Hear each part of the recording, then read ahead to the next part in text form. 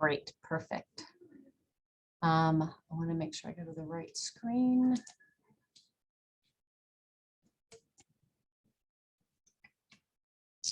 Okay, can everybody see the PowerPoint that's up on the screen? Okay, great. So thank you. So this is our first meeting of our ATI advisory group. And I am sharing the wrong presentation. So let me get out of this one. Why did this one show up? I'm going to stop sharing. Thank you for your patience during these technical difficulties. Let me just close that PowerPoint and make sure I have the other PowerPoint. Where did it go to?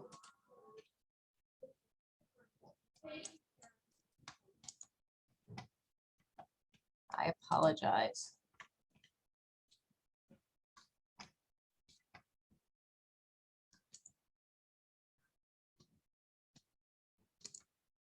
Okay. Move this over here, open that up. Share again.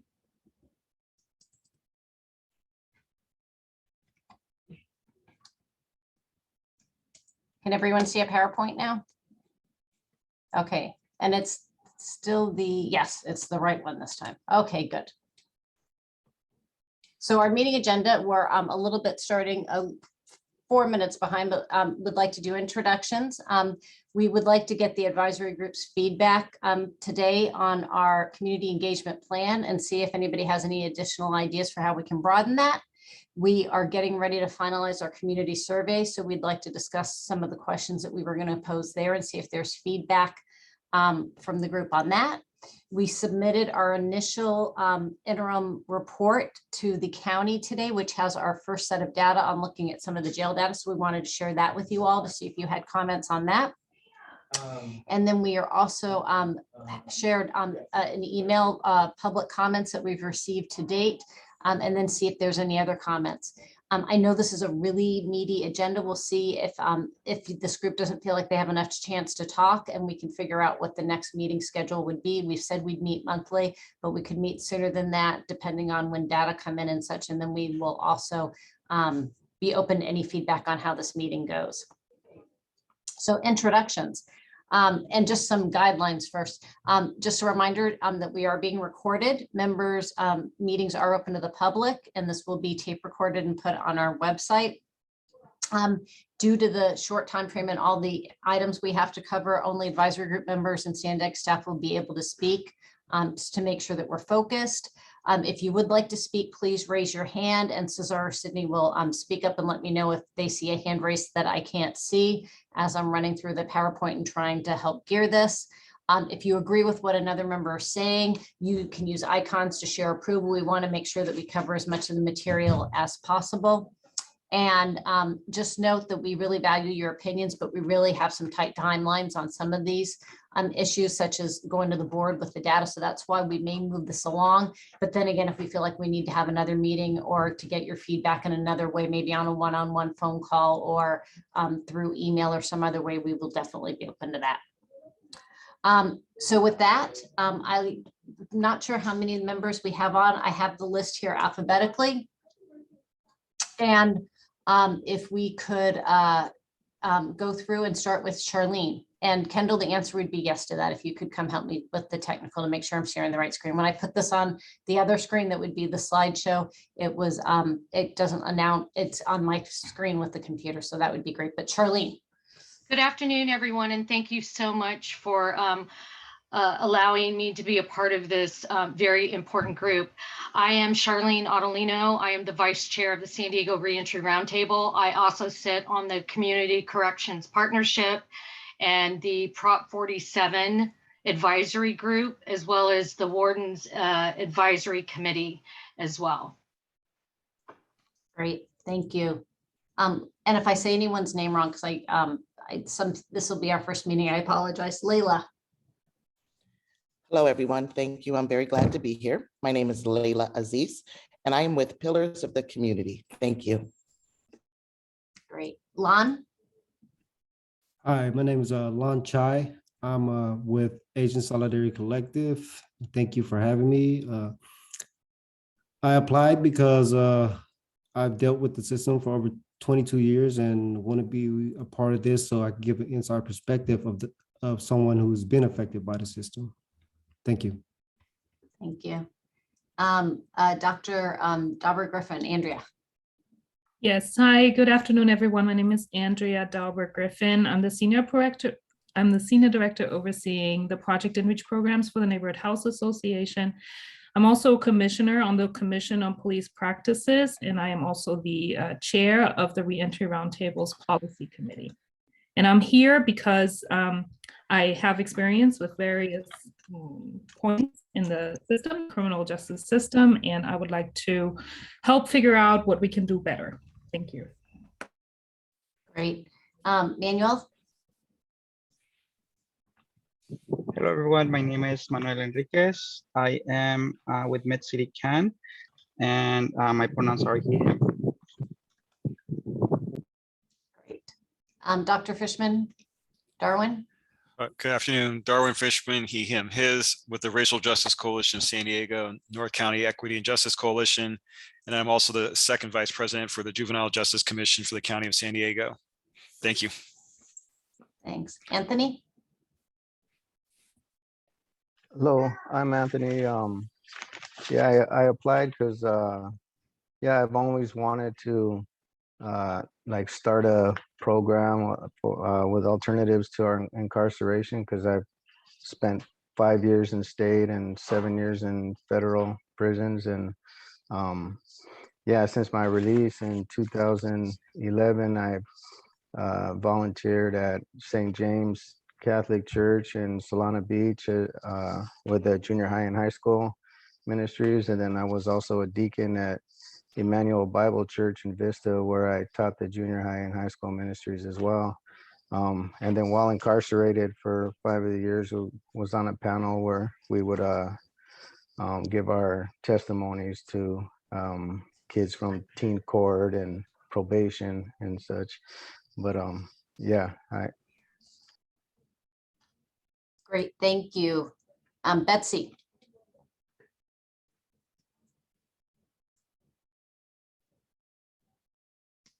Betsy, are you there? I'm not sure if you're muted. Sorry. Hi, I was saying that I'm thrilled to be on this committee. I know there were 88 very well qualified, very fine community members who applied, and it's just an honor to be chosen. So this is a thrill for me. My work for the last 35 years has been in the world of change, whether it's systems change or personal change or changes as occurs over time or age or circumstance. And I've been actively involved in projects that have to do with improving life inside and outside of jails and prisons. I've been on several sides of the criminal justice system. I was a probation officer. I worked with the police for their field training. I've done many projects. And I guess my biggest concern is how do we do, there have been many wonderful projects, they still are. And the question is, how do we do something that's sustainable, that really can continue and make a difference? So I really look forward to meeting all of you. Thank you. Thank you, Betsy. Martin? Is Martin on? No, Martin? Nikki? Do we have Nikki with us? I don't see Nikki. Do we have Bill? Yes, I'm here. Thank you. My name is Bill Payne. I am the president and CEO at San Diego's Second Chance program. I'm looking forward to working with this group and with the larger community, for the work that we're set out to do. Thank you. You're okay, I'll come back. No, where did everybody? Thank you, Jackie. I'm gonna learn how to say your name, and I apologize, Ms. Tucker. What Hanana? It's easier than that. It's Watana. Watana. Yeah. Thank you. Hi, no problem. Watana Tucker, happy to be here. I've been working the last decade plus in CDCR and CCHCS, so the state prison system, and have had the opportunity to work on several initiatives that are aimed at reducing recidivism specifically, but knowing that it's difficult to not come back to a place that's set up to bring you back. Looking forward to alternatives to incarceration. Great, thank you. And last but not least, Reginald. Do we have Reginald here? Cesar, no? Nope, not yet. Nope. Okay, well, we'll keep moving along. And can everyone see my screen now? Okay, thank you. So our community engagement plan is a key part of our project, and we want to make sure that everybody across the community has a chance to weigh in on what the data means, the data that we collect, help us as we interpret that data. And so we're going to be doing a community survey, which we're talking about in the next item. We're also going to be doing community forums after those community surveys are done. And when we do the community forums, there'll be 4 in the next couple of months, 2 closer towards the end of the year. We were thinking about doing those virtually because I know the Prop 47 group has had success with that to make it easier for people to get on, was our original thoughts. We have a website, we have an email, we're posting information about the project as it's finalized and putting it up there. Individuals can share comments with us by clicking on a form there. We're trying to use social media and also take advantage of the county's email distribution network. And I know the Reentry Roundtable has also been sharing some information. But we did get feedback at the board meeting, and I'll be honest, it's 100% true that everything is geared towards a communication via email, electronics. It's not a lot of face-to-face because there's limited resources and time on the project. So we worked with our county partners talking about when the community survey is ready to go out, when the community forum is ready to be held, potentially getting that information out to the county libraries and the parks rec departments. We know there's a lot of community-based organizations out there, so we don't know if this advisory group or others could help us to get that information out about the chance to comment on the project.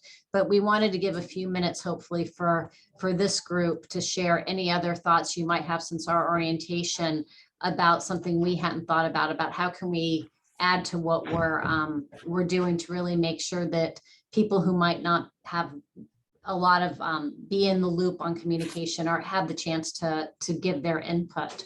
And so I'll just kind of, if people want to turn on their mic and share their thoughts or raise their hand, and Cesar can let me know to call on people. But if anybody has any feedback here, we really would appreciate it.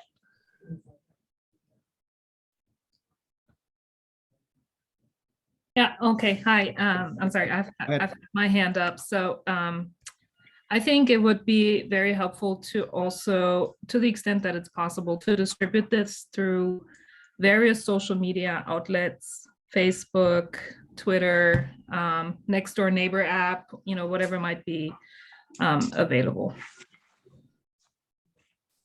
Great, thank you. And I see Watana has her hand up too.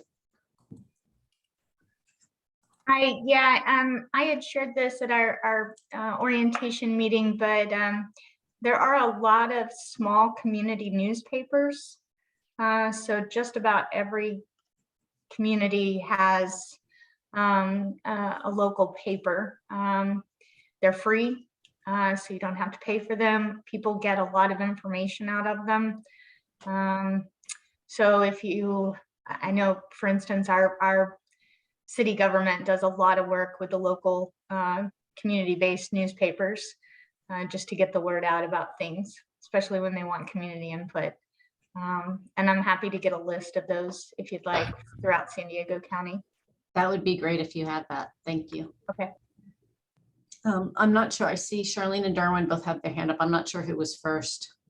I'll go.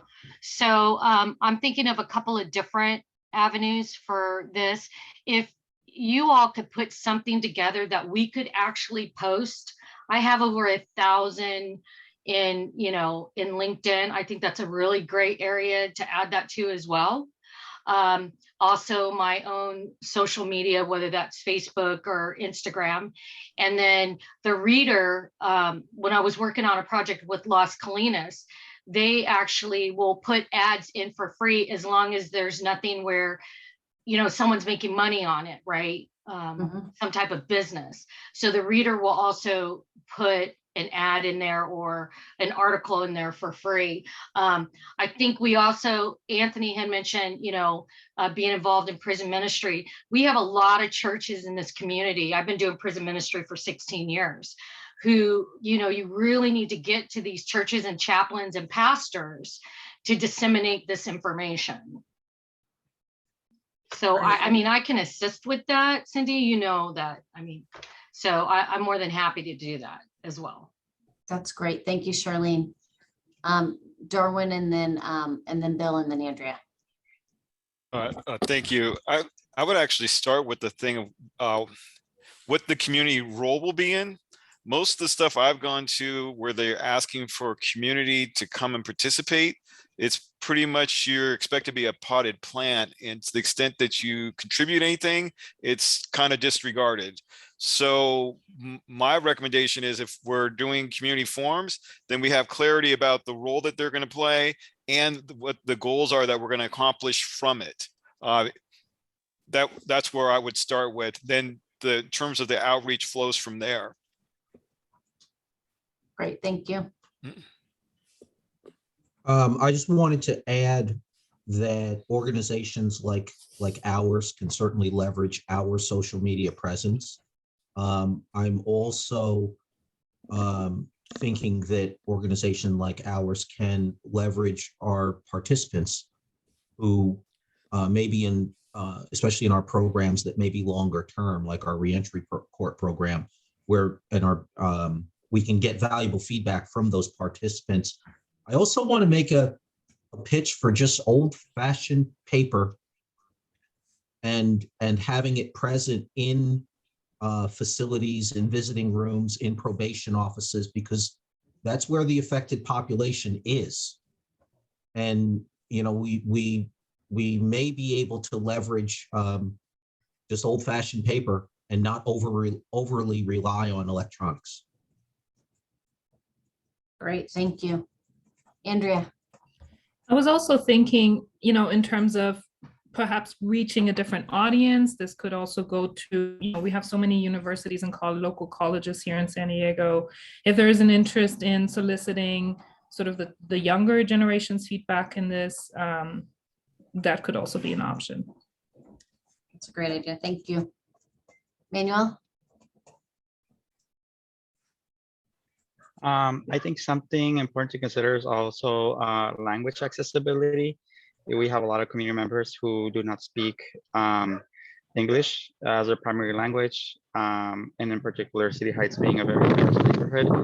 We have Spanish speakers, East African languages as well, Vietnamese.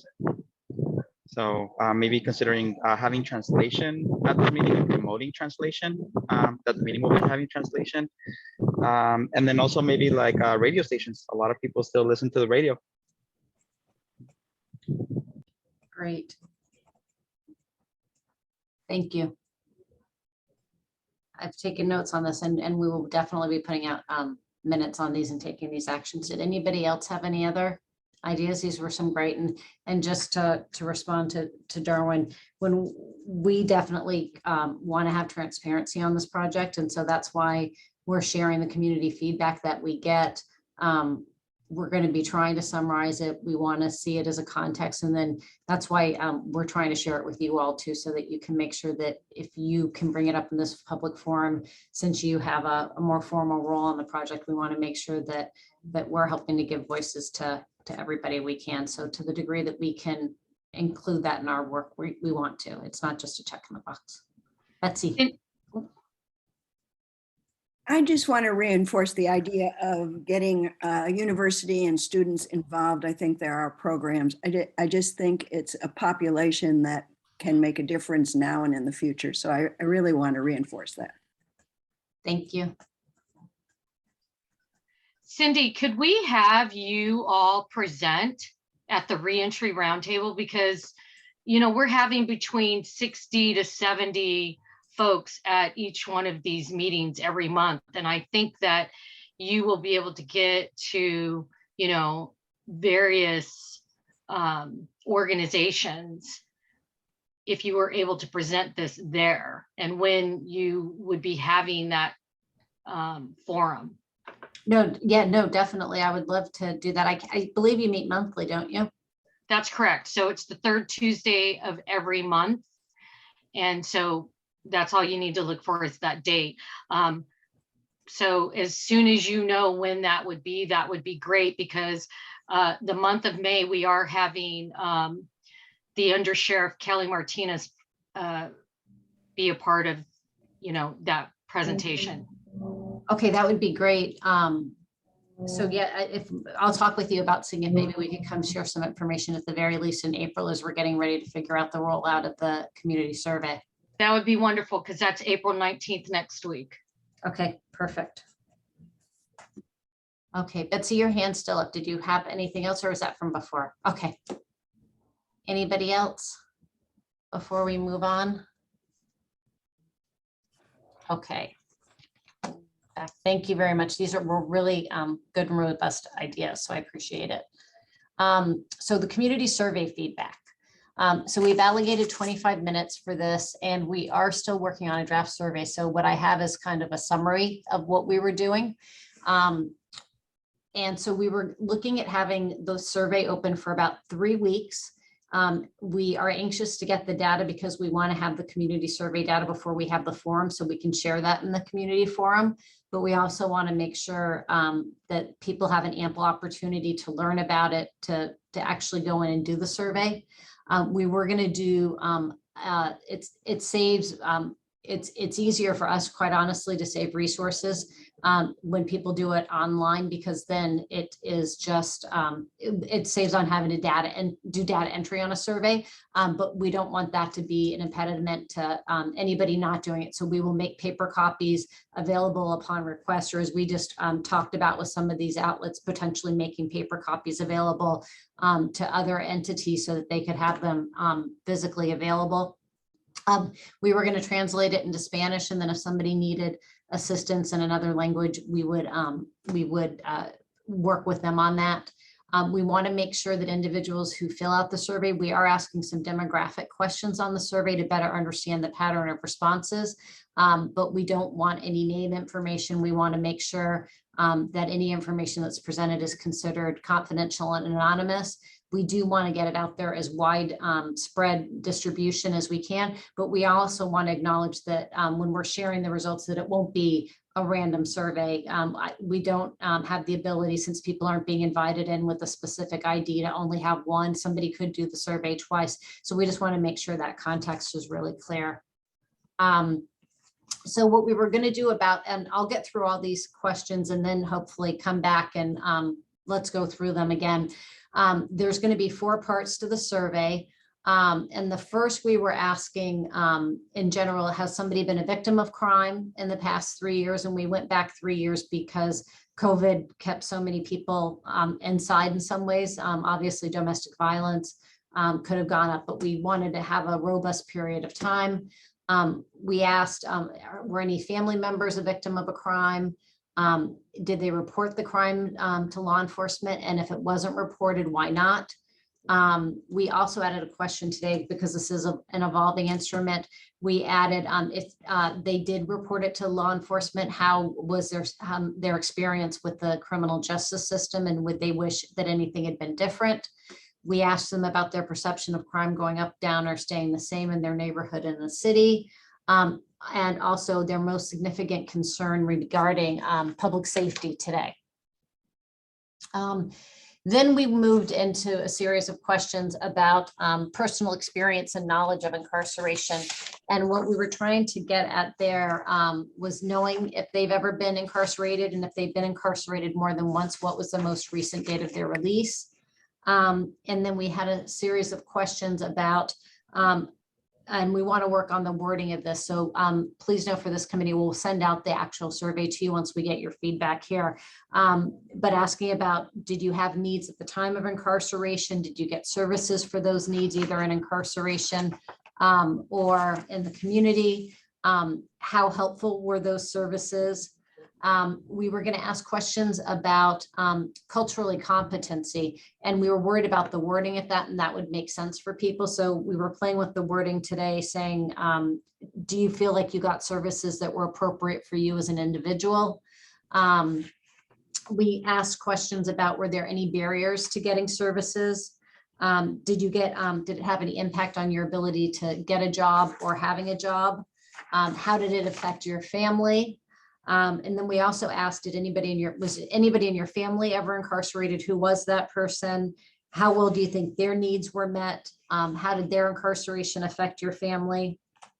And then I added another question today, which I'd love your help trying to frame, trying to look at how sometimes studies will focus on recidivism instead of dissidence from crime. And what is it that makes somebody be able to change a trajectory or readiness for change? And so the wording that we were playing with was, if you've remained out of the justice system for some period of time, and I'm not sure what we want that to say that should be, what would you attribute to your successful reentry? And that wording definitely needs a lot of work, but we were trying to get at, like, what made the difference for you that maybe changed the trajectory of your life?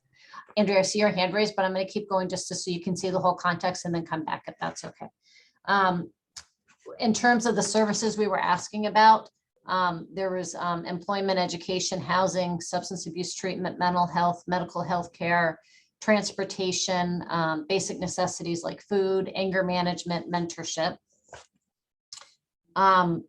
Then in section C, it pertained to some agreement or disagreement with different statements about the system overall. So obviously this isn't direct experience, but do you think, and we were trying to make some questions positive and negative, quite honestly, because you want to make sure that respondents aren't just circling one question without thinking about the responses. So how effective do you think we are at maintaining public safety, reentry?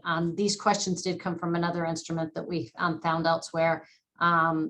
Providing justice, is the purpose punishment, equitable opportunity, if there's disproportionality in their perception, which we know there is, the current assista is effective rehabilitative. And then we had an open-ended question: what changes do you think need to be made to improve public safety in the region? And then we'll go back and go over any questions that people want to talk about. And then for demographic characteristics, we weren't going to ask name or anything like that, but ensuring that people who are doing the survey are a resident of San Diego County, asking how long they've lived here, primary language spoken at home, gender, race, ethnicity, year of birth, highest educational level, zip code, and then the chance to share other thoughts. So I know this is a lot to throw at you. We will definitely let you all see the actual instrument once we refine it a little bit more, and we wanted to incorporate your feedback today. So those were the areas we were going with. It was trying to be responsive to the solicitation that we had, but then also I'm considering other steps that we have about looking at like services and needs and different things like that. So Andrew, you had your hand up first, and then I saw Betsy put her hand up. So welcome any feedback. So I see in section B, you are considering the effects of incarceration on employment and family. And I was wondering what the rationale was for selecting these two areas, and or if you would consider adding general mental health. Open to that. This was us trying, when we put this together, we honestly looked at other studies that we had done when we had asked individuals, like our evaluation of veterans moving forward, and using that as a baseline. We tried to do some lit reviews. But I'll be honest that I know that we couldn't get at everything here. There's a really tight time frame for this project. And we just finished a 50-page report with all the data analysis. So that's why if you don't see a question here, it doesn't mean that we don't want to ask it. So please push it forward. The only thing that we may need to do at the end is, if it's too long, if we ask 100 questions, people won't do it. So that's where we'll need to refine it. But I'd rather have it get really big and then figure out what are we willing to give up. So totally can ask that. So thank you. Betsy and then Darwin. Yeah, I have two questions, I think. One is, I don't think I quite understand how widespread or where the concentration of the survey is going. And the question is, will people who are incarcerated be able to answer the survey?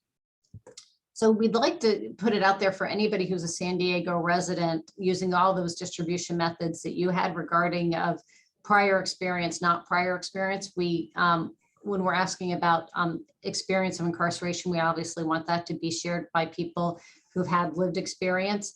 We can't verify it, so obviously someone could lie on the survey, which again, we want to put those, you know, somebody could say that they have been and not be honest on the survey, so we hope that doesn't happen. But we want to get it out to as anybody in the community who wants to provide any feedback at all. And people who are incarcerated currently in the jails, will they be able to receive the survey? We could talk with the Sheriff's Department about that. We are doing a, I'm not sure what their ability is to do. I don't know if Charlene or Andrea knows from going into some of our local facilities, or Bill or anybody else who works with the community, but we are meeting with our county stakeholders next week and can talk with them about that.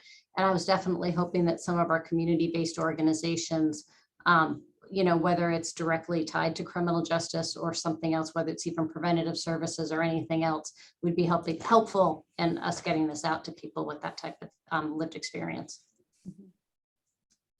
Darwin and then Bill. Thank you.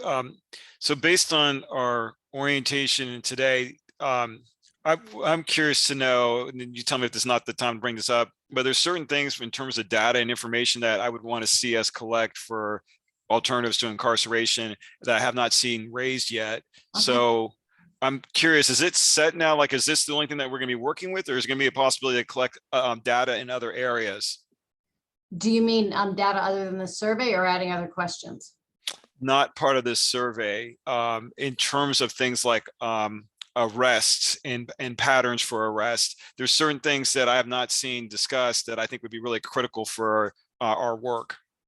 So I can share the entire scope of work for this project with this committee if you haven't seen that already. It was very specific, the questions that we had to answer when we responded to this RFP. It was a 12-month period, and it had a certain scope of work. So it's really ambitious what we're trying to do with the cost effectiveness study, the needs assessment, the services. We are going to be looking in our first report that we'll be sharing with you. We are looking at crime overall in the region. We do have booking data that we're going to be sharing with you. We are going to be looking at arrest information in terms of individuals who didn't get detained and what was their ongoing contact with the system. But going out broader than that, we have to be careful with some of the scope creep, just because we don't have unlimited resources to do this. So there definitely may be areas that are outside the scope. That scope is defined. But I think that if there's questions that this panel, this group thinks that we aren't answering that are key, that the county should consider in investing in further research, I think that's definitely something that we could consider to make another recommendation on, if that makes sense. Okay, and just for clarity, so then in terms of what we can do we have the capability of asking, for example, law enforcement for specific type of data? Not if it's not already in our contracted scope, because we, as the partners, wouldn't have we already had to do a contract with the county on what we would be looking at. But again, we'd be happy to say that the advisor group thinks that this is data that was a part of the study that we have beyond our scope. Okay, thank you. Bill. Hi, I am, maybe you can confirm for me. SANDAG's Criminal Justice Research Division, you guys are using experienced survey designers to actually design, or have used experienced survey designers to design this survey, right?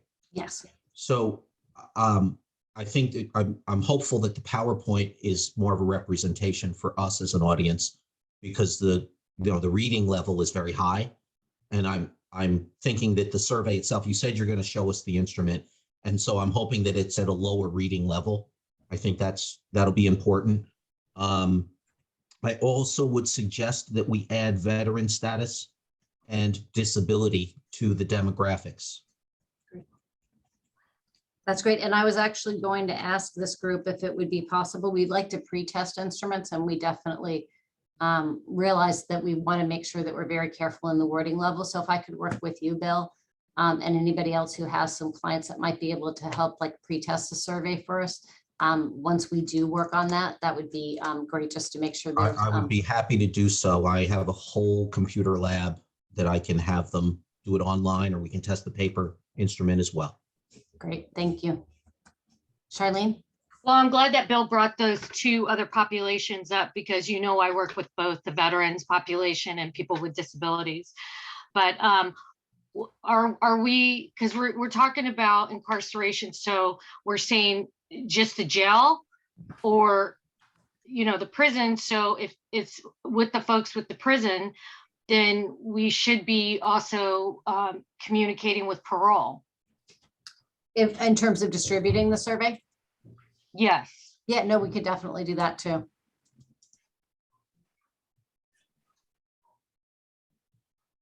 Anybody else? I don't see any other. Oh, yes. Watana and then Jackie. Yeah, I would just be very, very, very interested to have feedback from people who are currently incarcerated. Great. You're asking that last part about, the trajectory, what changed the trajectory. You're trying to get it, some good language around that. I, again, would be very interested to know from people who are either currently living that, not just lived experience as in the past, but currently. I think that would inform a lot. Great, thank you. And also just being sensitive to the language around justice, assuming that this is justice. I think that might the perception of how you receive the survey, and again, appreciate the Bill's reading level comment. Great, thank you. Jackie? Okay, so when you talk about incarceration and crimes and stuff like that, you got to think about trauma. I deal with a lot of women with trauma. You talking about asking questions about what they done went through. You got to be careful on how you word that, because I deal with a lot of women, and what I see is trauma. Raped at 10 and molested at 9 and stuff like that. So and most of my women that I deal with don't have that high school diploma. That's what we're working on. Okay, so you got to change that wording so they understand what you're asking. Okay, so to me, I think these questions are good questions, but we need to make it reach the way those that will understand. Now, I talk to women every month. I go out to FRC every month, and I talk to them 30-some women. So I wouldn't have a problem with sharing these questions with them, but it's the trauma thing for me. So thank you for sharing that, Jackie. Andrea? Yeah, to piggyback off of what Jackie just shared around trauma. So we know that trauma is highly prevalent in our clientele. And this is why I asked about adding a question about mental health, because of course the assumption is that incarceration, the experience of incarceration itself might compound the already existing trauma that may be present. So I think it would be important to look at that. Thank you. I'm trying to see, does anybody else have any hands up about the rough questions that we have at this point in time?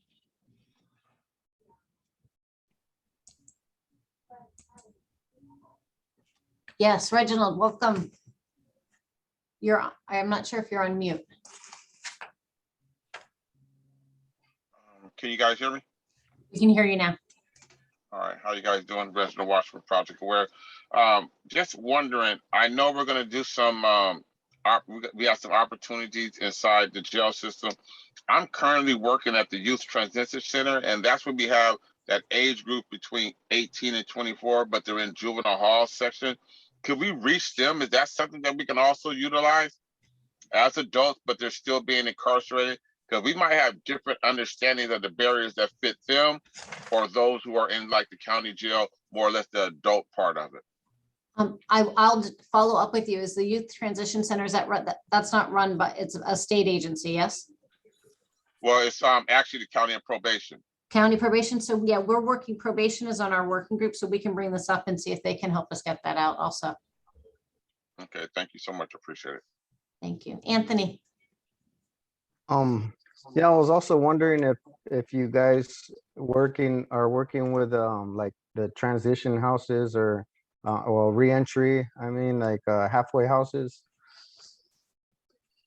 We haven't, but if anybody has contacts or anything through the reentry roundtable or anything else, we definitely, the more we can get spread the word out on this, the better. So if anybody has connections or ideas about how we could facilitate that, that would be great. Charlene?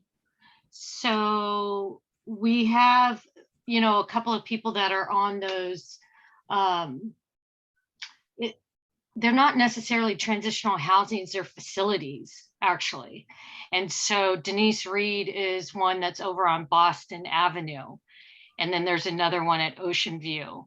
And that's also split. I believe the feds use that one as well. And that's the other thing is Rachel Nino is with federal probation.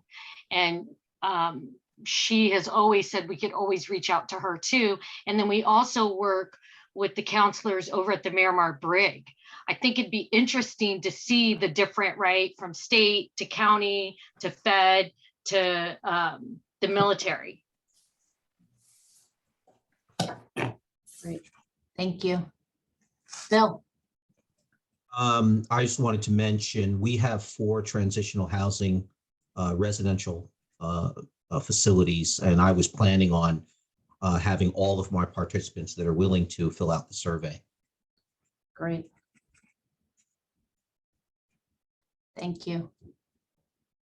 Reginald, did you have, I see your hand up. I'm not sure if that's row 4 or if you have something else to share. Layla.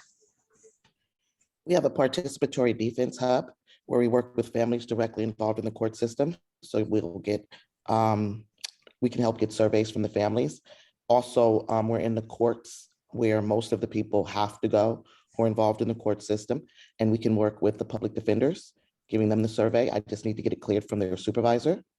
And then of course, the families that are there. And we also have a comprehensive list because of our work with people who have been touched by the criminal justice system through our Prop 47 clinics and many more of the work that we do, much more of the work that we do. So we can make sure we email the link out so they can do it online. So I think we have a nice, robust list of different organizations where we can get this to a large amount of people. Great. We will definitely make sure you all have easy language that you'll be able to weigh in on to make sure that it makes sense and it's easy to follow, and we'll give you enough time to make sure that you can put that out there again, because I don't want it to be too small a window to do this where then people are like, oh, I went to do it and it was already closed. So we'll keep communicating with you. Thank you so much. We really appreciate all that. And Bill, your hand's up at it. Do you have something else? Yeah, just one last thing. I just want to be completely transparent. I assume that it's okay if my case managers help people understand and fill out the survey accurately, unless you tell me, no, we want people not to be proctored. I think that this is again this is not a scientific rigorous survey in any sense. So I think whatever we can do to make sure that people are able to tell their story is the most accurate. We're not evaluating a program where I would say, let's, I don't want them to, feel like they have to say one thing or another. Is the biggest thing that we can do. We can ensure a wide, diverse sample of people who maybe wouldn't have known about this opportunity to put their feedback in to share their story. So yeah, anything we can do to make that happen, I think is good. Thanks. I'm just going to scroll through one more time. Okay. So to move on, so we will definitely be following up with you all on that. Okay, the data that we have. So we, at this point in time, just turned in an initial interim report. It's being reviewed by the county. And as soon as we're still doing some proofing on it, but we will definitely be sharing that with you all. I mentioned that we're going to the Board of Supervisors describing this on, and I'll put this in an email so you all have it on your calendar, on May 24th. If you'd like to come and speak under public comment for this item, that would be great for the advisory group members or anybody else who's listening and would like to share any thoughts on this. What we were focused on in this initial interim report is looking at that first research question. And there's a lot of research questions there. So we do have information about the community group in the report. The county wanted to try to do some analysis of saying what policies were most successful in keeping numbers down during the pandemic or COVID that we would want to continue. And so we did a write-up. We talked to a lot of the stakeholders, and there's not just one thing that happened. And then things were obviously, I mean, we all probably saw, you know, Philadelphia is doing mask again. There's things that are going up and down over time.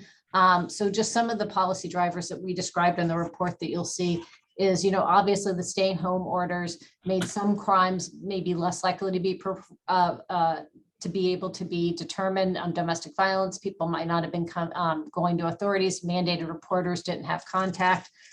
We saw rape numbers really go down significantly during the periods that bars were closed, for example. We know the court closures and modified operations, early release from local jails, zero bail and other bail policy changes, changes in who could be booked into jail, modifications to probation supervision, and then some other numbers that actually worked in the opposite way was that individuals who potentially would have been transferred to state prisons or hospitals, that did not happen. So the data that we have in the report, we're coming out with our crime report for the region, and we track 7 crimes. And this is just to kind of give you a sense of where we are in 2021. What this does is there's 4 crimes that are tracked: homicide, rape, robbery, and aggravated assault. And because homicides make up about 1% of all violent crime, most of it's aggravated assault. The number, we put everything at 100. And so what we wanted to kind of do is show you if everything started at 100 in 1980 when we started tracking these crime stats, anything that's over 100 means that there's more of that crime now than there was in 1980. Anything less means there's less of that crime than there was in 1980. And the smaller the number, the smaller, the bigger the change of the decrease. So the purple line is homicide, and there were 66 homicides, if you want to say compared to 100 in 1980. We did have some increases. There were 118 homicides, just so you know, in the San Diego region last year, compared to 115 in 2020. The rape number is the pink bar, and that's up. We had a definition in 2015 that changed the definition of rape. And so you can see that there was a big increase there. Males could be victims of rape, which they previously with the older definition could not be. And there was a wider definition for different types of penetration. So it wasn't just as traditional as it used to be. So that is above the 100, doing at least part. With some of these crimes too, we say that, you know, just when the numbers go up, it could mean that there's better reporting, which is not a bad thing if people are reporting crimes too. Robberies were down. You can see that they have the smallest number compared to 1980, but aggravated assaults are up. Domestic violence became a mandated offense. The law enforcement had to report that. So that's where you could see this big jump starting in 1986, but we have had more aggravated assaults in the region and increased the past couple of years. For property crime, there's 3 that we track: burglary, larceny, and motor vehicle theft. And then the same starting out, assuming that everything was at 100. A burglary is the purple, and it's really gone down considerably. You can see that while it was at 100 before, it's now down at 18. Larceny is also lower. We did see a slight increase. Motor vehicle theft has shown some of the most drastic change in comparison to the other property crimes. And that's the one that's still higher than the other property crimes. But getting into some of the data that we looked at for this report, we do have access to something called the, it's a county database, the MAI system.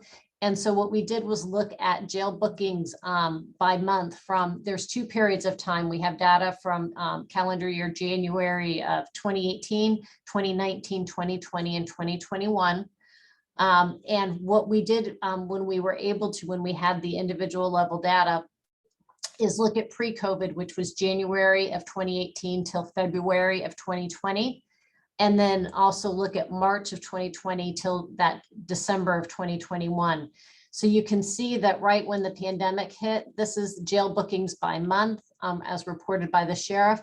The monthly average number of bookings pre-COVID was 6,644. And then you can see that we're calling it during COVID since we're saying we're still in it. The monthly average across has gone down to 3,826. And I see Darwin's hand up. Yes, Darwin. Yeah, I'm sorry. I'm curious because you just went from the crimes that you track, like those felonies, to the jail bookings by month. Those crimes that you track, what's the percentage that they make up of the actual bookings? In the sense that are the majority of people that are being arrested, are they for those kind of offenses or different offenses? Oh, different offenses. I was just providing that to where we are with crime statistics. It's not, it's definitely, we have the highest level charges, and I'll show you what people are arrested for. No, they're not. Obviously with those UCR crime, and I'm sure you know this, those does not include drug offenses or other probation or parole violations, for example. All right, thank you. So just some big drops that you could see where we are with the booking numbers at the end of 2021. The monthly total bookings was 3,689. And so going into the questions of how did those who are booked into our local jails vary? And again, this is that pre-COVID and during COVID period. And you can see that the percentage of individuals who were booked for a and the label is not here. This is felony and misdemeanor, so I apologize for that.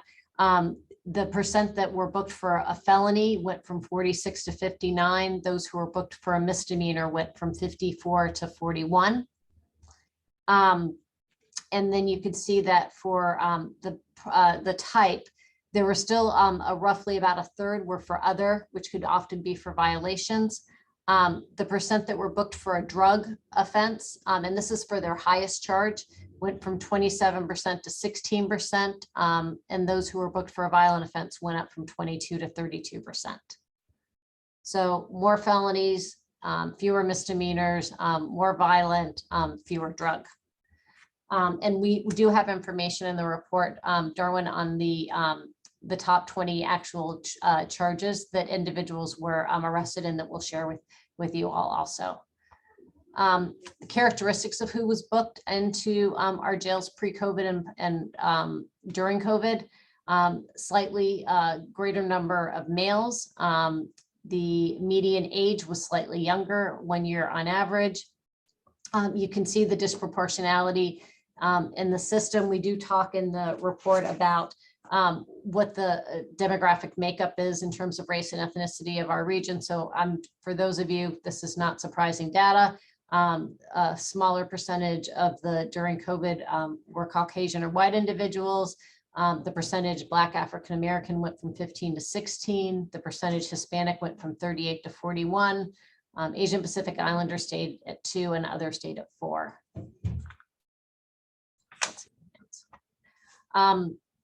We're looking at the mean length of stay in days. About a quarter of individuals stay less than 1 day actually in the facility. We are also looking at it in the report that we'll share with you in terms of gender, race, and age. And we want to try to look at how those characteristics relate to what the highest booking charge was for. But you could see that for all of the crime categories, the number of days that individuals stayed in our jail did go down pre-COVID to during COVID. The drug offenses reduced the least, but you could see weapons went down, other property as well as violent. We also have some questions to answer in the report about the needs of individuals in the system. And we're running up into some data constraints and challenges there because the HIPAA regulations, and so we can't get to the individual level data. We have some aggregate data statistics that are being shared with the sheriff with BSCC. So as a proxy for that, until hopefully we can get some of the probation data that we're hoping will get into the system for those who've been under probation supervision before and have gone through some of the more formalized assessments on needs and risk. I'm not sure how many of the individuals on this advisory board know our SAM program, where we go into the jails and interview individuals who've been arrested about their drug use history. It's a sample, but we've been doing it since the data labels are down there are wrong. We need to fix that since 1980. And so what I think is important to show here is if you look at the two, these are adults that we interviewed through the year 2020. In 2020, 82% of our adult males that we talked to who are in central jail tested positive for some drug. That drug could be marijuana, meth, PCP, opiates, or cocaine crack. 67 of the females were positive for some drug. Hold on one second. Oh, I didn't put the slide in here. We are doing analysis in here. About half of those individuals are positive for meth. And regardless of their highest charge, regardless of if it's a felony misdemeanor, regardless if they're brought in. So we really thought this was important data to include in the report to try to show some of the needs of individuals, regardless if they're arrested for a drug offense, that many of them may have underlying needs that relate to substance use.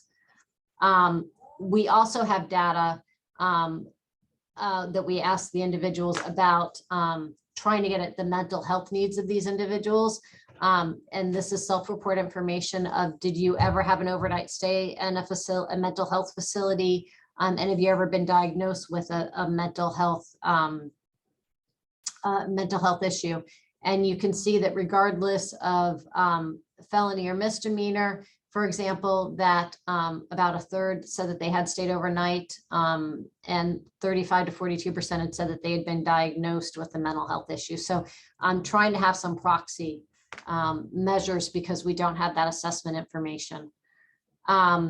Housing instability, we were trying to do some data scraping and looking at open-ended responses from the gym system. There's no one variable. I believe I may have talked about this in the orientation call a little bit about how hard it is to see, what is homeless? How do we define it? We know from our evaluation of Prop 47, how many individuals may have housing issues and challenges. So this is, again, just one of the slides from our report of looking at the high percentage of individuals who are ever homeless or homeless in the past 30 days. Again, just trying to talk about that need for basic housing in the region. Some data that we looked at was, one of the questions was individuals who had their first booking either pre-COVID or post-COVID.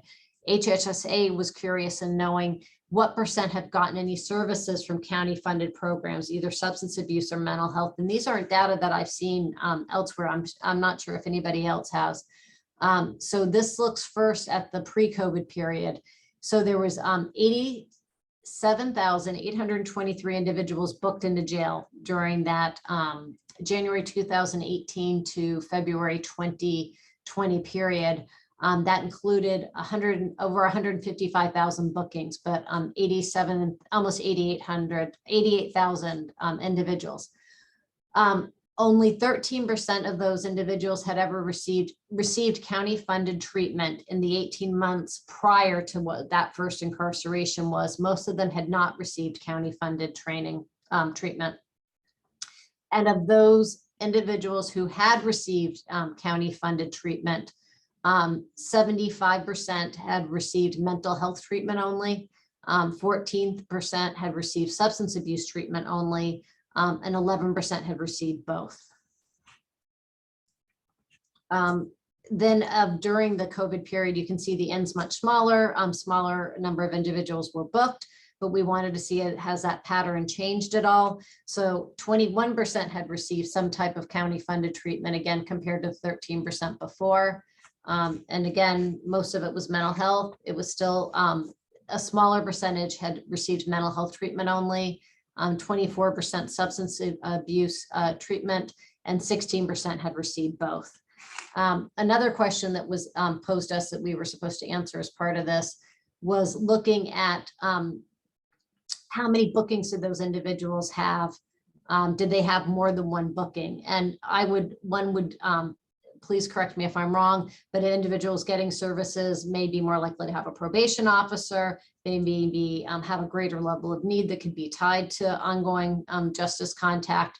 And so we did find that in both time periods that those who had received HHSA treatment were more likely to have more than one booking compared to those who did not receive treatment. Again, talking about the need and the ongoing cycling through the system. So that's a highlight of some of the data that we've looked at so far, trying to, again, provide a context for what's going on during COVID with the crime statistics, looking at the jail bookings, looking at who's booked into jail, looking at why they're there, their length of stay, underlying needs, and receipt of HHSA treatment. So again, we'll be sharing the report for you, but I'd love to answer any questions I can right now. Darwin. With the previous slide for the services, do you also track then directly the recidivism rate for those that receive treatment? Well, so we didn't track recidivism. It was just the booking data. So looking at booking in HHSA. So yes, so this is, for example, here, who received treatment and who did not receive treatment, because it was a function of looking at their who was already in jail. So that's why it would be more than one booking. So 32% of those who did not get treatment pre-COVID and 25% during COVID did have more than one booking into jail. But the other population from the previous slide, those that did not receive treatment, how likely were they to be people that would, with the recidivism rate, more likely to go back, be arrested multiple times? So that's what this slide shows. And Carolyn, I know you're on here if you want to add anything here. 32% of those in the pre-COVID period who did not get any treatment had more than 2 bookings. Everybody had 1 booking. 25%, because that was how they got into the sample for us to look at this data, because it was what was their first time. 25% in the post. So fewer who did not get treatment had ongoing contact with the system. And also our next research question in this study will deal a lot with recidivism, and we'll be looking at different groups of people who have never touched with the system and how often they kind of ended up in the system as part of different programs as well. So this is just kind of the beginning, Darwin. This is one of 5 big research questions that we're addressing.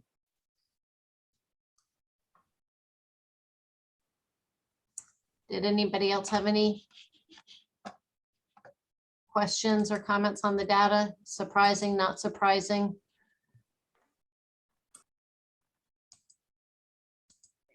Here's a question. Betsy? This is a question. So did I see a slide that talked about treatment or services while incarcerated and what difference that made? Did I see a slide on that, or that wasn't included? No, that wasn't included. This is looking at services in the community through HHSA, whether it's that mental health or substance use. Okay, but there wasn't a previous slide about that. I got it. Okay, thanks. Andrea? Have you run any inferential statistics with any of this information for the first research question? So we're working on trying to dig a little bit deeper. There's been, quite honestly, we started this project at the end of January. So in the 2 months, it's we're peeling the onion. We've worked with you on evaluation studies. The data system is really messy, and Caroline, I don't know if you want to briefly share any of the examples of how somebody will come in for one charge and then it's like, are you talking about that? But then they discover other things. And we're really trying to make sure when policy decisions are being made on this data, that if we're saying that this is what the data is saying. So I would say that the past 6 weeks have been just trying to make sure there's not one necessary data dictionary. And so we want to dig a little bit deeper. It's like that length of detention.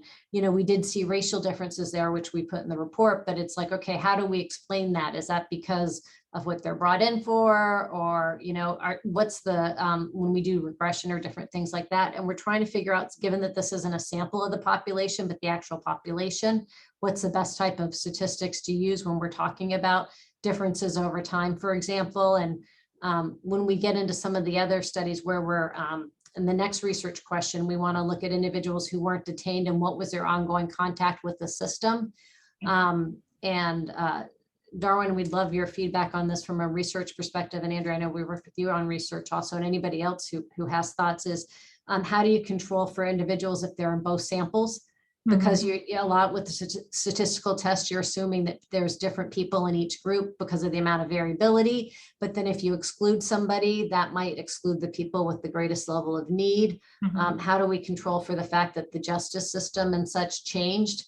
And so what does it mean if people had contact or didn't have contact? So we're trying to work that all out, but we'll definitely would welcome the feedback of this group as we get into those types of statistics. And real quick, will you be making any sort of recommendations for the county at some point in the future about how to consolidate these data systems, because you cannot meaningfully conduct research? And I know that you've made, you know, the point several times that this is not research in the original sense, but if we want to identify strategies that work and policy recommendations that make an impact, we need to be able to have a solid database. So I was wondering if SANDAG, and I'm sure you've had this on your radar for some time perhaps, but I don't know. Yeah, no, it's definitely, we're trying to document all of these challenges that we find, and these data are not compiled for evaluation purposes, but you know, it's amazing in the past 20 years how much more of an emphasis there is on data than there used to be. And I think there's a lot more accountability in open data portal systems. And if we want to know what we're doing makes a difference, we need to improve how we're capturing that information. You can't just say, oh, it's too hard, we're not doing it. So no, definitely talking about that. And then I see Watana and Layla's hand raised. Caroline, I just didn't know if you wanted to add any other examples or anything else about the only thing I would say, Cindy, that's been a real challenge for us is that most of the data in the systems that we're working with is transient, meaning that the fields are constantly changing and updating as new information becomes available to the case or person. So that's been kind of one challenge that we're documenting. And then to Andrea's point, we are doing everything that we can to document areas of research that just aren't captured in the databases. And some of that has like legal challenges to it as well, right? Like, for example, one of the reasons that we figured out that the Sheriff's Department is not asking people if they're homeless when they're arrested is because it kind of conflicts with some state laws about not criminalizing homelessness. And we really want to be careful to be sensitive to those issues as well, and like ask the right questions in the right way and make suggestions that are culturally sensitive as well. So it's a challenge from kind of all sides, but we're trying to consider a holistic approach to capturing data that's missing. I was gonna add that that perhaps with a list, you know, that compilation of examples that you all are coming up with on where the data is lacking or the data is there are gaps, that perhaps this advisory group could make a recommendation to SANDAG, who could make a recommendation to the board, that's something that we would consider a recommendation from our group. But my question was, using SAM as a proxy as opposed to the individual data, you'd mentioned some HIPAA barriers. I mean, I don't know if this is even helpful to ask, but do you think that the data would be different? I guess I'm not in your shoes, so I'm not looking at why we can't use some identifiers, you know, so that we're not violating HIPAA.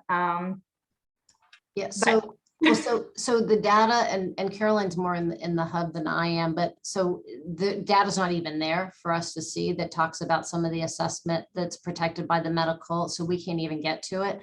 When we're looking at services that are received from HHSA, we can, that's with the data that you saw here. You know, the SAM data, when we share it with stakeholders, I feel like what we do with that study is kind of quantify what people maybe already know. So I've gotten feedback that people aren't surprised when they see that data. We go in within 48 hours of people being arrested. We have a pretty high response rate of people wanting to talk with us because they know that it doesn't get tied back to their case at all. Again, it is self-report. So we wanted to add something there. When we tried to do that data scraping, it was like, it said 3% of people said that there was were homeless. And I was like, okay, I don't want to put data out there that we know is not right. So that was why we put that in here, is having some kind of proxy, but I'm hopeful that when we can get the probation data on there, at least for individuals who've been on probation supervision, I know they get the COMPAS assessment. And so that's a little bit more data about some of the assessed needs that we could actually, more objectively put in there for a bigger population. Thank you. Layla? First, I want to make sure, and I know you explained it, but I still don't understand. So this slide is saying that 60% of the people pre-COVID who were booked more than once had treatment, but only 32% who did not have treatment had more than one booking? Right. So Meaning go ahead. So it almost looks like that those who got services were more likely to recidivate, but I think I would interpret that to mean more that individuals who maybe already were on probation supervision or had a mandate to get treatment, or who had a greater level of underlying needs, were more likely to have system contact. And just how drug court functions, they go in and out all the time. So that does make sense. It's just not consistent with what reality is and why. So, Exactly. Okay, thank you. Yeah, exactly. Okay, did anybody else have any questions or thoughts on this? Okay. Yes, I do have one more thing. Yes. A question. I guess, is there like I know you mentioned there's 3 weeks to collect responses, right, to the survey, but it still be finalized. Is there like a general timeline of when it will be finalized? And then also like a sense of what are the goals, like how many responses we expect to get? So we got your feedback today, so I want to incorporate that. We're sharing it with the working group next week. Would like to get their feedback. Then I'd actually like to share via email the actual draft with you all. Potentially do some pre-testing again to make sure that we get the language level right, the sensitivity is correct. So depending on how quick we can turn that around, I'd like to have it out by the end of the month. We're anxious to get, I'm running up against, so we want to get this out, but we want to make sure we get it right. And so I think a goal would be if we could do it by the end of the month, and maybe have it out the first like 3 weeks in May. And in terms of a goal, the more the better. You know, we know there's 3 million people in San Diego County. So the more we can get response wise, the better. It's hard to, I can tell you what normal response rates are in different surveys when we've done like community surveys, like in cities and such. And when you're doing it, you're giving people multiple chances and postcards. And I think our best is like getting 10% when you're doing a big population to try to get feedback. Obviously, this is going to be a function of how well we get the word out there that this is out there for people to do. So I'd like to have as many as possible. But I really have no sense. I think it's going to be a function of how many people know that this is a chance for them to share their opinion. So it's really going to be a function of how widespread we get the word out there. Did I answer everything? I believe so. So just to be clear, we want to have it out by the end of the month, and then we'll have the whole month of May to collect. Hopefully you get 3 weeks, the first 3 weeks in May, so have it done by Memorial Day. I think would be ideal. Hopefully the county, that's a little bit, we were hoping to get this out in the beginning of April, but we again wanted to make sure that we got everybody's input on it. Betsy, I see your hand raised. Yes, excuse me, I think I'm processing slow and there's a lot of information to process. So I do have this question about the survey, and that is, are we asking any questions about how the community feels about alternatives to incarceration? Because it seems to me that the community's response to that, the question of their concern, their fear, their impressions has a lot to do with how how our politicians and our people, decision makers, make their decisions about where to put funds and how long to sustain those funds, et cetera. So I'm wondering if we are asking any questions about those fears, because I think that interacts critically in the feedback. Sorry. Yeah, so that's why we were asking about perception of crime to see and potentially trying to see if there was any victimization. We had those questions about perception of how well the system's doing, and then the open-ended question, would you change anything?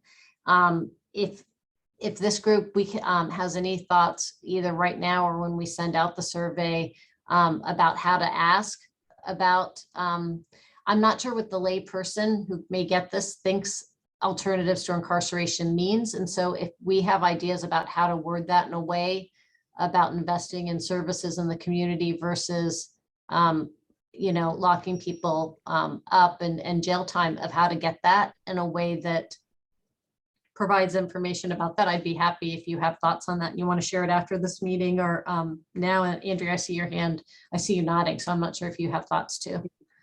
I was just going to say, I'd have to think about how to phrase it, but my question is, are you afraid of release? Mm-hmm. I mean, for the average person, that's the question. One question is, are you afraid that people will be released and your safety will be threatened? But of course, it needs to be phrased properly so that, or in multiple questions, and I'd have to think about that, how to do that. But I was wondering if that's appropriate here.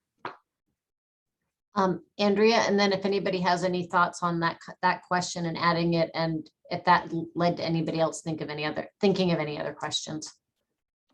So I think Betsy is making a very valid point, just to support that. And I was wondering, I feel like this is a very short timeline for this type of project. And I was wondering, I feel that this group will acquire a lot of expertise through reviewing reports, through reviewing data to the extent it's available, through our discussions on a monthly basis. And I'm wondering if SANDAG would consider requesting a contract extension from the county to get the most out of this, what seems like a huge endeavor, to be honest.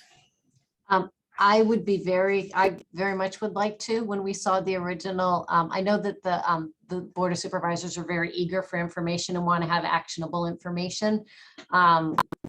You're not the first person who has acknowledged that this is a very ambitious time frame to do all this, to have a report done by October. So we definitely, if we could get a no-cost extension on this to make sure that we're doing it right. We have a meeting with our county project coordinators next week, and thank you for asking that question, because we definitely want to make sure that we do this justice and we do it the right way. Jackie and Emmanuel. Okay, so I heard Betsy say about safety and when they get out and all that, but under just want to throw something out there.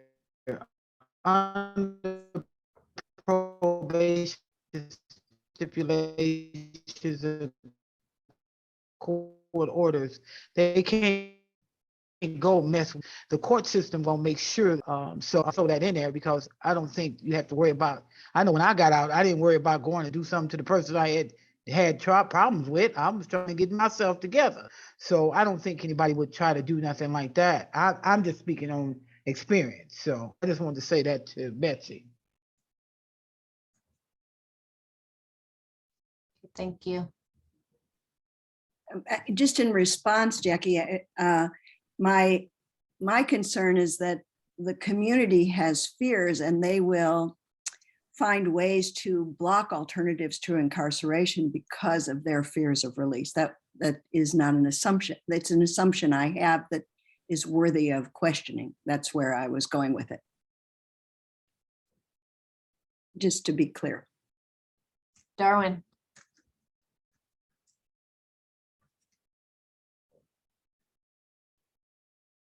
Darwin. Yeah, sorry. I would just add, because that's the political part about what's going to be done with our work, how it's going to be used. But I would think that to start with the framing, like what I'm most interested in was the part about literally how many people are getting arrested and going to jail. In the sense that, for me at least, if I would measure our work, if we're doing it well, I believe there are ways to dramatically drop that off. I think a large amount of people that are being arrested and going to jail should not be. And I would hope that's a bipartisan issue sort of thing, that most people would agree if there are alternatives, there are better ways. And also that you can get folks on the right track, they're less likely to go back to jail, then that's the right approach. The other thing too, I just want to add real quickly, because I appreciate the data, but I just want to add this, and I think this will be really important for our group, is also sharing the qualitative part of personal experience. So one of the things I just want to add real quickly is I've done ride-alongs with the police, and when I was on the community review board on police practices, it was required for us. And I've been on shifts for 12 hours for the police. Almost 95% of the calls they got, either directly or indirectly, had to do with the homeless population. And they were dealing with drug addiction, dealing with mental health. So that's why I was asking those questions and about the data to see if that reflects, in that sense, what's going on the ground, what law enforcement is actually dealing with on a day-to-day basis. And most all those calls were nonviolent, and most all of them could be dealt with by non-law enforcement. I'll follow up with you after this meeting, but if you have thoughts about when you actually see the survey, Darwin, about like how we can capture some of this, that's why I was trying to ask about like your concerns, and the more we can try to get at any of this, I'd welcome your feedback and thoughts on that. Okay, sure. Manuel. So I want to highlight a comment that was made on the chat by Jerry Hall. It says, for currently incarcerated surveys, we might consider doing by phone to get more reliable answers. The idea being participants will surely curve candid responses if they or would not curve. Oh yeah. The idea being participants will surely curve candid responses if they have to hand them back to the guards. And then I did want to comment on the on what was suggested, right? I do think it is important to have like a sense of what the public perception is, right? Engage where that is at. But I do think that having a question saying something like, you know, are you afraid of release? I know it was mentioned that maybe it could be worded different. And I agree that if we have something like that, it should be worded differently, because then I think that it becomes a prejudice question, right? Because I think a lot of the public has the sense of, you know, people are in jail for a reason, right? They committed a crime. So I think if we ask, should people be released? A large majority of the public is going to say, yes, I would be afraid, because that would mean there's criminal on the streets, right? So I think it goes with that narrative of prejudice that we need to avoid in a study like this. Yeah, it's this is such a big study, and I'm an optimist that we have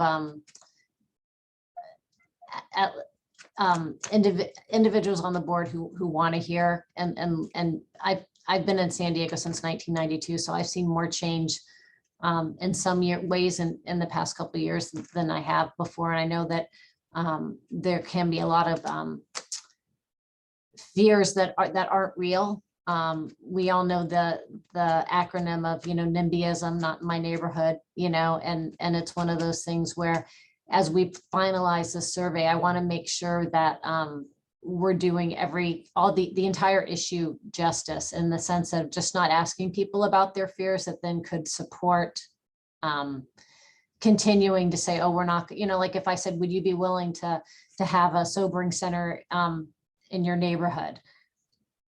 I'm sure the automatic response for some individuals might be no, but that doesn't mean that that's not necessarily a good thing to have a sobering center in their neighborhood. So it's figuring out how do we make sure that we give everybody a chance to communicate their perceptions, but also being able to distinguish to the degree possible perceptions from actual factual things that are going on.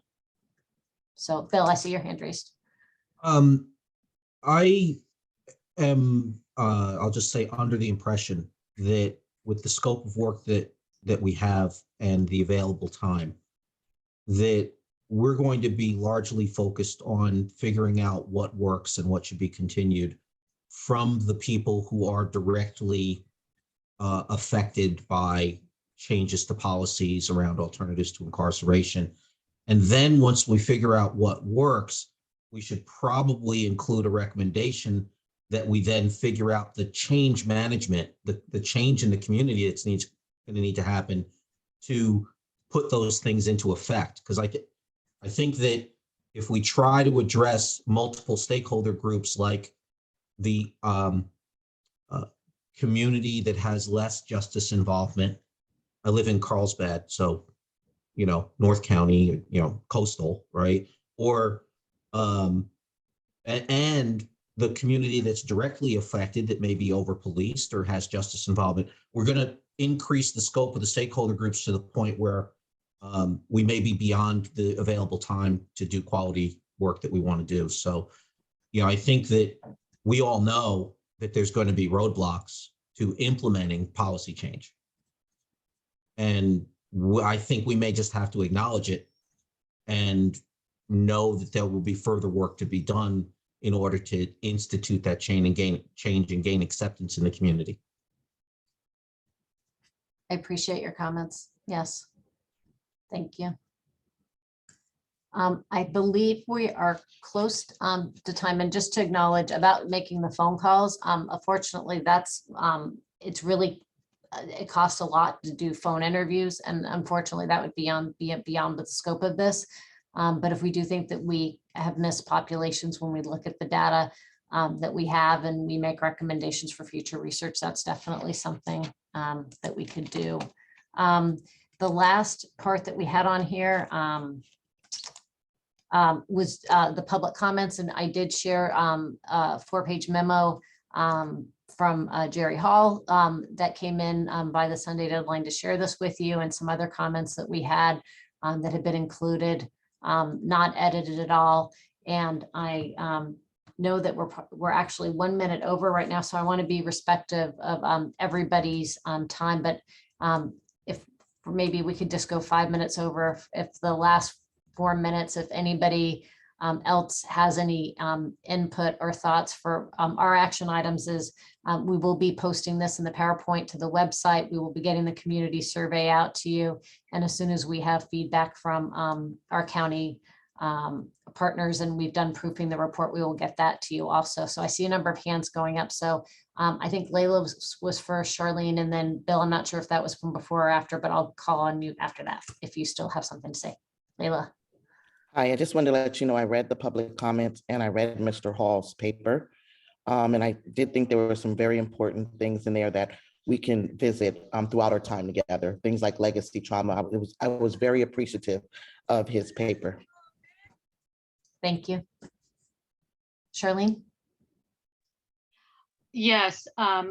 One thing that I want to really bring to the group that I feel is so important as an advisory group is that if we are going to have an opportunity to have a public comment time discussion, the public feels as though, because I sit on multiple groups, that they don't have a voice, or the organizations that are actually providing services for these folks don't really have a voice in the goal setting or decision making or policies that are being implemented when it comes to reentry.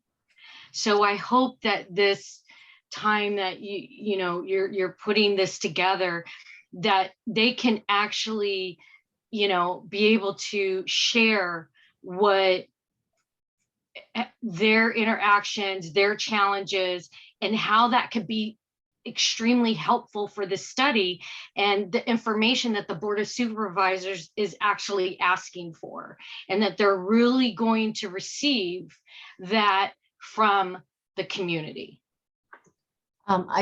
Your comments made me just think, we ask in terms of like services and how well they met their needs.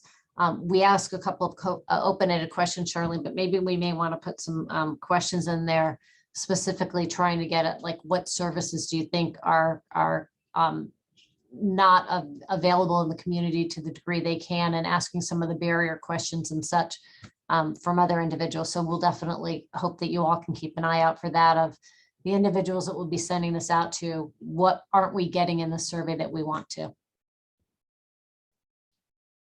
Great, thank you, Cindy. Let me just go through and see if I see any other hands. I don't see any other hands. I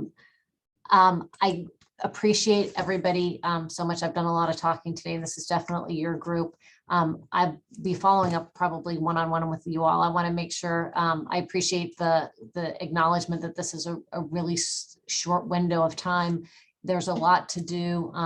We did get a lot of directive of what to do here, but that doesn't prevent us from offering recommendations for what comes next after this study.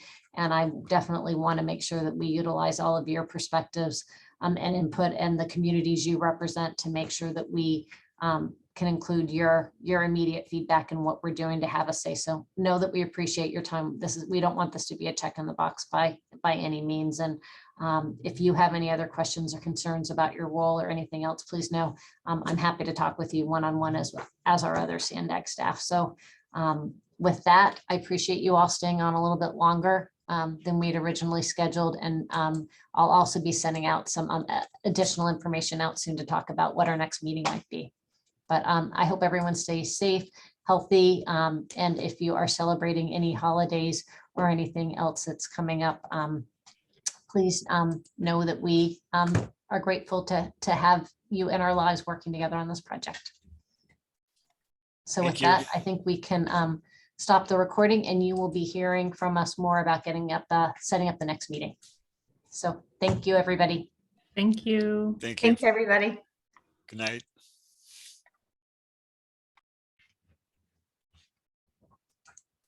Nothing yet.